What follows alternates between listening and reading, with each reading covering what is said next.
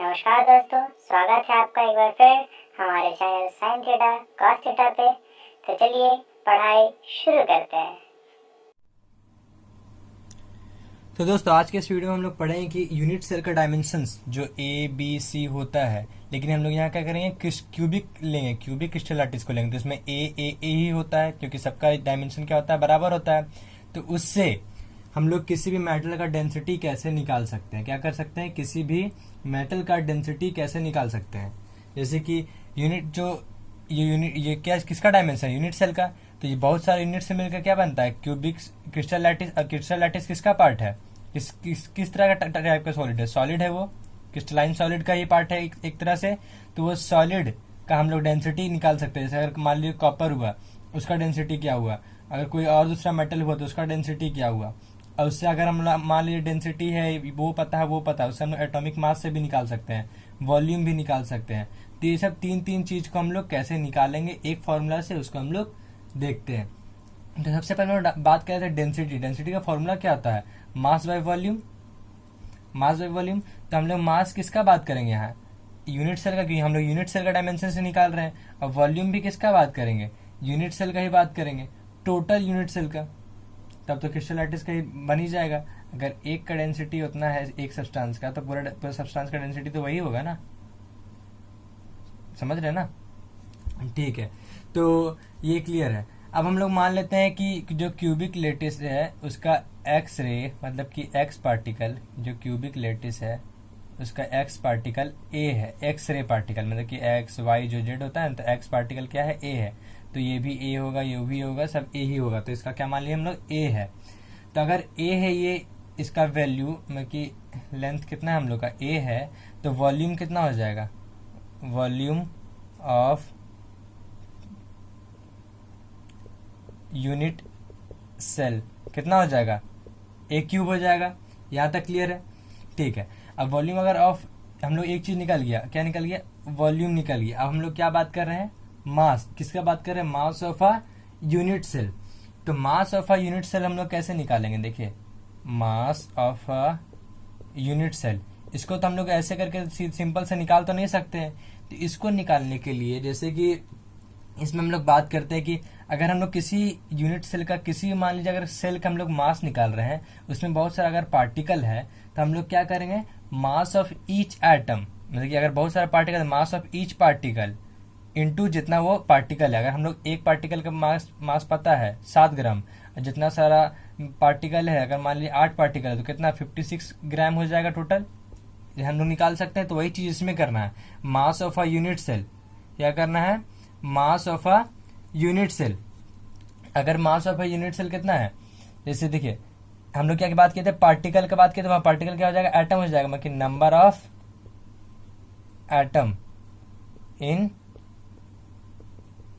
Unit cell, number of atom in unit cell. ये चीज clear है। कैसे आया कि अगर हम लोग किसी पार्टिकल का मास निकाल रहे हैं, तो उसमें लोग पहले पता करेंगे कितना पार्टिकल है, और फिर जितना पार्टिकल है वो पता कर लिए पार्टिकल, और वो पार्टिकल का मास कितना है, तो मतलब mass of each atom, mass of each atom. तो number of atom in unit cell किसको हम लोग क्या बोल दे रहे हैं, जेड बोल दे रहे हैं। और मास ऑफ ईच एटम को क्या बोल रहे हैं, छोटा एम से डिनोट कर दे रहे हैं। किससे डिनोट कर दे रहे हैं हम लोग, छोटा एम से डिनोट कर दे रहे हैं। यहां तक हर चीज क्लियर है, ठीक है। देखिए ये हो गया हम लोग का, निकल गया ये, यहां तक क्लियर है। अब देखिए, अब हम लोग ये तो पता कर लिए जेड, ये तो जेड हम लोग को पता है, क्योंकि हम लोग पता किए कि बीसीसी में 2 एटम होता है, बीसीसी में कि बॉडी सेंटर में, फिर एफसीसी में 4 एटम होता है पर यूनिट सेल। हम लोग ये सब चीज तो सब चीज पहले पढ़ चुके हैं, ये तो क्लियर है। तो अगर ये एम कैसे पता करेंगे हम लोग, तो हम लोग पढ़े हैं कि अगर मास ऑफ अगर एटम होता है, जैसे कोई एटम है, मान लीजिए कि हम लोग इसका मोलर मास दिया हुआ है और ये टोटल एवोगाड्रो नंबर है, तो मास ऑफ उसका एक एटम का हम लोग निकाल सकते हैं, mass of atom equal to molar mass into Avogadro number. निकालते हैं कि नहीं, molar mass equal to given mass into, अगर हम लोग मान लीजिए एवोगाड्रो कैसे निकालते हैं कभी कभार, कि molar mass by given mass होता है। जैसे 11 क्लास में ये सब फॉर्मूला पढ़े हैं, तो ये सब कुछ ज्यादा कुछ हमको समझाने का दिक्कत नहीं, जरूरी नहीं समझेंगे कि अगर ये मास है और ये क्या है, मोलर मास है। तो अगर हम लोग छोटा गिवन मास निकालना होता तो molar mass by Avogadro number निकालते हैं कि नहीं निकालते हैं? ये कुछ पहले का ही सब चीज़ है, कोई सब चीज़ ऐसा टेंशन नहीं है। तो इसके जगह हम लिख सकते हैं molar mass by Avogadro number. M के जगह हम लोग लिख सकते हैं molar mass by Avogadro number. Clear है यहाँ तक? कोई दिक्कत नहीं है? ठीक है, यहाँ तक कोई दिक्कत नहीं होना चाहिए। छोटा एम का मास हम लोग क्या, गिवन मास हम लोग जो है, हम लोग को टोटल मास जो ईच आइटम का जो है वो टोटल क्या है, molar mass by Avogadro number. इससे तो आपका सिंपल से निकल जाएगा, 11 क्लास का फॉर्मूला है। ठीक है, यहाँ तक हम लोग ये चीज निकल गया। क्या निकला? मास ऑफ यूनिट सेल निकल गया, वॉल्यूम ऑफ यूनिट सेल निकल गया हम लोग का। तो हम लोग क्या सिंपल से देख रहे हैं, डेंसिटी। डेंसिटी का क्या हो गया यहाँ पर, mass by volume, mass of unit cell by volume of a unit cell. तो इसका फॉर्मूला क्या बन जाएगा, मास क्या निकला, Z M by N A, ये निकला है। और वॉल्यूम क्या है, ए क्यूब है। तो हम लोग इसका डेंसिटी का फॉर्मूला निकल गया, Z M A cube N A, ये इक्वल टू है, डेंसिटी का फॉर्मूला निकल गया ना। ठीक है, देखिए कितना ही सिंपल सा था। पहले हम लोग वॉल्यूम निकालें, मास ऑफ यूनिट सेल निकालें, ये number of atom unit cell, mass of each atom, कैसे वो समझ गए। और फिर ये जेड से इसका नंबर ऑफ एटम्स डिनोट कर दिए, और एम क्या दिए, मास ऑफ ईच एटम, छोटा स्मॉल से कर दिए। अब छोटा एम का वैल्यू क्या हो जाएगा, मोलर मास बाय ये एवोगाड्रो नंबर। हम लोग पहले क्या 11 क्लास में पढ़ चुके हैं ये सब चीज को, तो ये सब चीज को ज्यादा कुछ ऐसा दिक्कत नहीं हुआ आपको समझने में। ठीक, तो Z M by A cube N A, यहाँ तक क्लियर है, इक्वल टू डी। ये तो सब चीज का हम लोग देख लिए। हम लोग क्या करेंगे, इससे रिलेटेड 2-3 क्वेश्चन देख लेते हैं, जिससे आपका कंफ्यूजन सारा क्लियर हो जाएगा। और हम लोग का आज का वीडियो में सिर्फ यही देखेंगे कि अगर किसी इसका डेंसिटी कैसे निकालेंगे, किसी का मास कैसे निकालेंगे, किसी का अगर हम लोग देखना है कि उसमें नंबर ऑफ एटम कितना है वो कैसे निकालेंगे। समझ रहे हैं? कोई दिक्कत नहीं है? ठीक है। तो दोस्तों, जैसे कि आप अपने स्क्रीन के सामने क्वेश्चन को देख ही रहे हैं, तो मैं रीड कर देता हूँ। An element has a body centred cubic BCC structure with a cell age 288 pm. pm is picometer. The density of the element is 7.2 gram per centimeter cube. How many atoms are present in 208 gram of the element? पहली बात, अब ये आपको, अब पीछे चलिए, हम आपको पहले कुछ बताएं इसी वीडियो में कि अगर एक यूनिट सेल का हम लोग क्या कर रहे हैं, डेंसिटी निकाल रहे हैं। अगर एक यूनिट सेल का डेंसिटी, तो उस पूरा एलिमेंट का भी डेंसिटी वही रहेगा, आपको हम बताएं। तो किसी एलिमेंट का अगर डेंसिटी होता है तो क्या होता है, उसका जो मास बाय वॉल्यूम होता है, तो volume equal to mass by density होता है। ये क्लियर है यहाँ तक? ठीक है, तो इसको निकालने का तरीका हम लोग देखेंगे कैसे निकालते हैं। तो पहली बात हम लोग देख लेते हैं कि ये BCC है। क्या है ये? BCC है। इसमें टोटल नंबर ऑफ एटम कितना रहेगा, 2 एटम होता है पर यूनिट सेल होता है, 2 एटम पर यूनिट सेल होता है। यहाँ तक क्लियर है? ठीक है, अब इसमें देख लेते हैं एज, ए का वैल्यू कितना दिया हुआ है, 288 pm। इससे हम लोग क्या निकालेंगे, वॉल्यूम निकालेंगे। वॉल्यूम ऑफ किसका, यूनिट सेल की, ना कि एलिमेंट का। किसका, वॉल्यूम ऑफ यूनिट सेल का। किसका, वॉल्यूम ऑफ यूनिट सेल। तो 288 इंटू 10⁻⁻12, पिकोमीटर को पिको का -12 लिखे हैं, ये मीटर, इसका क्यूब। तो इसको अगर आप सॉल्व करिएगा तो 2.39 इंटू 10⁻⁻23 आएगा। इसको आप सॉल्व करके देख लीजिएगा। यहाँ तक क्लियर है, वॉल्यूम निकल गया। अब ये किसका वॉल्यूम निकला है, यूनिट सेल का। और पूरा एलिमेंट का वॉल्यूम दिया है 208 ग्राम, यहाँ मीटर लिख दिया, सॉरी। पूरा एलिमेंट का कितना दिया हुआ हम लोग का, पूरा एलिमेंट का हम लोग का दिया हुआ है ना, जैसे यहाँ पर तो सेंटीमीटर क्यूब होगा। तो देखिए हम लोग क्या लिखेंगे यहाँ पर, वॉल्यूम इक्वल टू मास, जैसे कितना, density equal to mass, density equal to mass by volume, तो volume equal to mass by density. Mass कितना दिया हम लोग, पूरा टोटल 208 ग्राम। ठीक है, ये अब हम लोग क्या हुआ, डी कितना दिया हुआ है 7.2 ग्राम। ये समझ में आ गया हम लोग कैसे लिख रहे हैं। देखिए हम आपको बता दें कि वॉल्यूम ऑफ यूनिट सेल कितना है, ये निकल गया। और टोटल मास हम यहाँ वॉल्यूम बोले थे गलती से, सॉरी माय मिस्टेक। ये क्या हुआ, how many atoms are present in 208 gram of element. क्या हुआ, ये हुआ टोटल। तो दिया हुआ तो क्या हुआ, मास हुआ, किसी बॉडी का फिक्स मास है ये 208 ग्राम, ठीक है, मास हो गया है हम लोग का।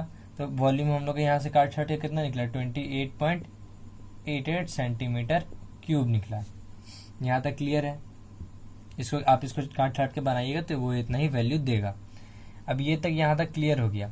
अब देखिए, अब हम लोग ये टोटल किसका वॉल्यूम निकला है, पूरा वॉल्यूम ऑफ एलिमेंट का निकला है, पूरा वॉल्यूम ऑफ एलिमेंट का ही निकला है ना, क्योंकि ये मास तो एलिमेंट का था, ठीक है। अब वॉल्यूम ऑफ यूनिट सेल हम लोग को पता है, वॉल्यूम ऑफ एलिमेंट ये है, तो हम लोग इसका क्या निकाल सकते हैं, नंबर ऑफ ये यूनिट सेल कितना है हम लोग निकाल सकते हैं कि नहीं निकाल सकते हैं। अगर पूरा एक मतलब मान लीजिए कि एक एलिमेंट में 2 यूनिट सेल है, कि एक एलिमेंट जैसे मान लीजिए होता है ना कि इसका 10 किलो का 5 रुपया है, तो 1 किलो का 5/10, ठीक है, जितना निकालना हो तो उतना निकाल देते हैं। तो हम लोग क्या निकालना, यूनिट सेल निकालना, कितना यूनिट सेल है, तो उससे इसको डिवाइड करेंगे कि नहीं डिवाइड करेंगे। तो ये क्या हो जाएगा, number of unit cell equal to कितना हो जाएगा, 28.88 बाय जो पहले निकला 2.39 इंटू 10⁻⁻23। दिख रहा है ना साफ साफ आप लोग को, ठीक है। यहाँ तक क्लियर है। यहाँ तक क्लियर होने के बाद अब इसका वैल्यू क्या निकल रहा है हम लोग का, 12.08 इंटू 10 का पावर क्या निकल रहा है, 23। क्या निकला, 10 का पावर 23, क्योंकि ये माइनस तो ऊपर चला गया, ठीक है। यहाँ तक हर चीज क्लियर है। अब यहाँ पर ये चीज क्लियर होने के बाद हम लोग ये चीज देख सकते हैं कि देखिए ये क्या है, total number of unit cell है, क्या है, total number of unit cell है। अगर total number of unit cell है, और हम लोग क्या पहले निकाल लिए कि एक यूनिट सेल में कितना एटम है, एक यूनिट सेल में कितना एटम है, 2 एटम है। एक यूनिट सेल में 2 एटम है, तो इतना सारा टोटल, तो इतना सारा यूनिट सेल है, तो टोटल नंबर ऑफ एटम कितना हो जाएगा, इससे अगर इंटू करते हैं टोटल नंबर ऑफ एटम कितना हो जाएगा, 24.16 इंटू 10⁻23। इतना हम लोग क्या हो जाएगा, टोटल नंबर ऑफ एटम। तो क्या पूछा है, हाउ मेनी एटम, निकल गया हम लोग का। क्या किए, देखिए डेंसिटी हम लोग को पता था कैसे निकलता है, mass by volume, volume equal to mass by density, से हम लोग पता चल गया, ठीक। अब हम लोग ए दिया हुआ, तो इससे हम लोग वॉल्यूम निकाल लिए किसका, यूनिट सेल का, क्योंकि एच तो ये यूनिट सेल का एच दिया हुआ, हम लोग वॉल्यूम ऑफ यूनिट सेल निकाल लिए। अब हम लोग वॉल्यूम ऑफ यूनिट सेल निकाल लिए, इसको छोड़ देते हैं, छोड़ दिए। अब हम लोग को पता है इसका मास पता है, पूरा एलिमेंट का डेंसिटी पता है, तो उससे हम लोग उसका वॉल्यूम निकाल लिए। क्यों, क्योंकि अगर इसका वॉल्यूम है इसका वॉल्यूम डिवाइड करें तो क्या निकल जाएगा, number of unit cell. Number of unit cell निकल जाएगा, तो एक यूनिट सेल में 2 एटम है, तो 2 एटम हम लोग इंटू कर दिए, तो हम लोग कितना एटम मिल गया, 24.16 इंटू 10⁻23 एटम। क्लियर है यहाँ तक, ठीक है। हम लोग एक और क्वेश्चन देख लेते हैं, फिर इसके बाद हम लोग क्या करेंगे, वीडियो को एंड कर देंगे। तो दोस्तों जैसे कि आप अपने स्क्रीन पे आप क्वेश्चन देख सकते हैं, हम क्वेश्चन पहले रीड कर देते हैं। Copper crystals in FCC unit cell with cell edge of edge जितना दिया हुआ है, in a separate experiment copper is determined to have a density of, इतना डेंसिटी दिया हुआ है, calculate the atomic mass of a copper, ठीक है। इससे हम लोग को क्या करना है, atomic mass of a copper निकालना है। तो पहली बात हम लोग क्या फॉर्मूला देख लेते हैं। फॉर्मूला क्या पढ़े थे हम लोग, D = ZM, ठीक है, A³ Na। तो एटॉमिक मास कौन हुआ, ये M हुआ, तो इसका फॉर्मूला क्या हो जाएगा, M = D Na, ठीक है, A³, ठीक है, यह क्या हो जाएगा, Z हो जाएगा। हम लोग क्या करते हैं, धीरे धीरे सबका वैल्यू फाइंड करते हैं कि जिसका दिया हुआ है, जिसका नहीं दिया हुआ है उसको फाइंड करते हैं। डी का वैल्यू दिया हुआ है, एन का हम लोग को पता है, एवोगाड्रो नंबर कितना होता है वैल्यू बताइए जरा, 6.022 इंटू 10⁻23, ठीक है। ए का वैल्यू पता है। जेड इसमें क्या है, number of atoms in a unit cell. तो आप लोग को तो पता है कि एफसीसी यूनिट सेल में कितना होता है, क्योंकि मैंने तो आपको पढ़ा चुका है। तो एफसीसी यूनिट में क्या होता है, अगर नहीं पढ़ रहे हैं तो जाके पिछला वीडियो देखिए और उसको समझिए कि यूनिट सेल में किस नंबर ऑफ एटम्स कैसे से डिवाइडेड है। ठीक है, तो यहां पर क्या हो जाएगा, जेड का वैल्यू देखिए 4 हो जाएगा। कैसे 4 हो जाएगा, याद है 8 इंटू 1/8 और ये 6 इंटू 1/2, तो क्या होता था 1 और 3 इस दोनों मिलकर क्या हो गया था, ऐड होके 4 बना था। ठीक है, तो 4 हुआ था। अब यहां तक क्लियर है, 4 यहां तक ये आ गया। अब हम लोग सबका वैल्यू बैठाते हैं। m इक्वल टू डी का वैल्यू कितना है 8.92। ठीक, यहां तक ये क्लियर है। अब देखिए इसका वैल्यू कितना है, बिगाड़ो 6.022 इंटू 10 का पावर 23, ये भी कितना क्लियर है आपका। ठीक है, ये इसका वैल्यू कितना 3.608 इंटू 10 का पावर -8, इसका भी होल क्यूब, ये भी क्लियर है। जेड का 4, तो ये तो आपका हर चीज क्लियर है, हर चीज निकलिए। बहुत सिंपल सा क्वेश्चन था, बस क्या था समझना था कि जेड का वैल्यू क्या कर कैसे होगा और एन ए का वैल्यू तो आपको पता है, बस समझना था कि इसमें आपको कैसे निकालना है। इसलिए मैंने इसको आपको 3 टाइप का क्वेश्चन मैं बताऊंगा। मैंने तो आपको बोला कि बस ये आखिरी वीडियो नहीं, एक और टाइप का मैं क्वेश्चन आपको बता देता हूँ इसके बाद। तो ये एम का वैल्यू, इसका टोटल फाइंड करेंगे तो क्या निकल जाएगा 63.1 यू। ये क्या होता है, मास होता है, एटॉमिक मास का क्या होता है, ये साइन होता है, साइन यूनिट। तो ये किसका निकल गया, कॉपर का साइन यूनिट ये होता है ना। ठीक है, एटॉमिक मास का ये चीज क्लियर है। हम लोग एक और क्वेश्चन को बात करते हैं, एक और टाइप का क्वेश्चन, जैसे हम लोग क्या निकालें, मोलर मास निकालें, मोलर मास निकालें, एटॉमिक मास मतलब कि उसका। और फिर उसके बाद हम लोग क्या इससे पहले निकाले थे कि number of atoms in unit cell कैसे निकालेंगे अगर दिया हुआ रहेगा तो। और फिर हम लोग क्या लिखा जाता है, डेंसिटी कैसे निकालेंगे। ठीक है, तो जैसा कि आप लोग अपने स्क्रीन पे क्वेश्चन को देख पा रहे हैं, तो क्वेश्चन क्या है, बहुत ही सिंपल सा क्वेश्चन है पिछले क्वेश्चन की तरह, इसलिए मैं इसको तुरंत बोल के खत्म करता हूँ। तो क्वेश्चन क्या बोल रहा है, silver forms CCP lattice. CCP lattice को हम लोग एक और क्या बोलते हैं, सीसीपी लैटिस है तो इसको हम लोग क्या बोलते हैं, एक एफसीसी बोलते हैं ना, cubic face centre cubic structure बोलते हैं कि नहीं बोलते हैं, याद करिए, मैंने पिछले वीडियो में बताया आपको। ठीक है, तो silver form CCP lattice and X ray studies of its crystals so that the edge length of its unit cell is 408.6 picometer। तो क्या बोल रहा है, उसका एज का वैल्यू कितना बता रहा है 408.6 पिकोमीटर। क्या फाइंड करना है, डेंसिटी फाइंड करना है। तब हम लोग डेंसिटी फाइंड के लिए फॉर्मूला क्या था, गेस करिए, याद ही होगा, यही था क्या। ठीक है, यही था ना। ठीक, तो हमने इसमें क्या फाइंड करना है, जेड फाइंड करना है, एम फाइंड करना है। एम किसका, मास किसका, सिल्वर का, फिर ए क्यू पता है, एन ए पता है, तो ऊपर का ही चीज फाइंड करना है। तो जेड इसमें क्या होगा, आप लोगों को पता है कि एफसीसी का कितना एटम होता है, 4 होता है। मैं बार बार नहीं बताऊंगा, अगर मुझे समझना है तो क्या पीछे जो मैंने वीडियो के पार्ट बनाए हैं इस चैप्टर के, उसमें जाके आप देख सकते हैं। ठीक है, अब M atomic mass of silver, याद तो होगा ही, क्लास 11 में आप लोग पढ़े ही हैं, क्या नहीं याद है। ठीक है, तो इसका एटॉमिक मास क्या हो जाएगा, मास ऑफ सिल्वर, कहीं कॉपी में लिख लीजिएगा, इसको याद रखिएगा 107.9 यू।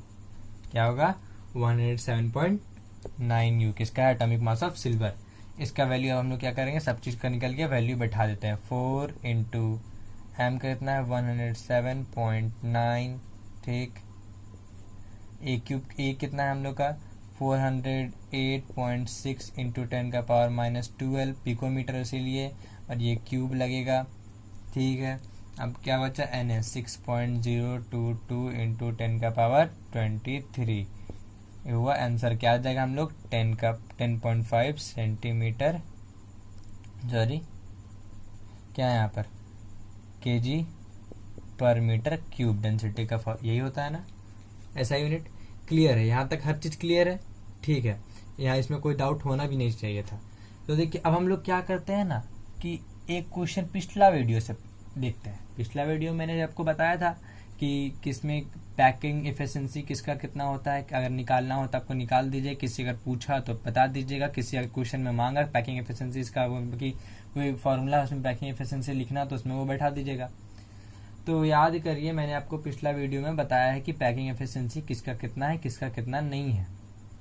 तो अगर आपको पूछ दिया which of the following lattices has the highest packing efficiency.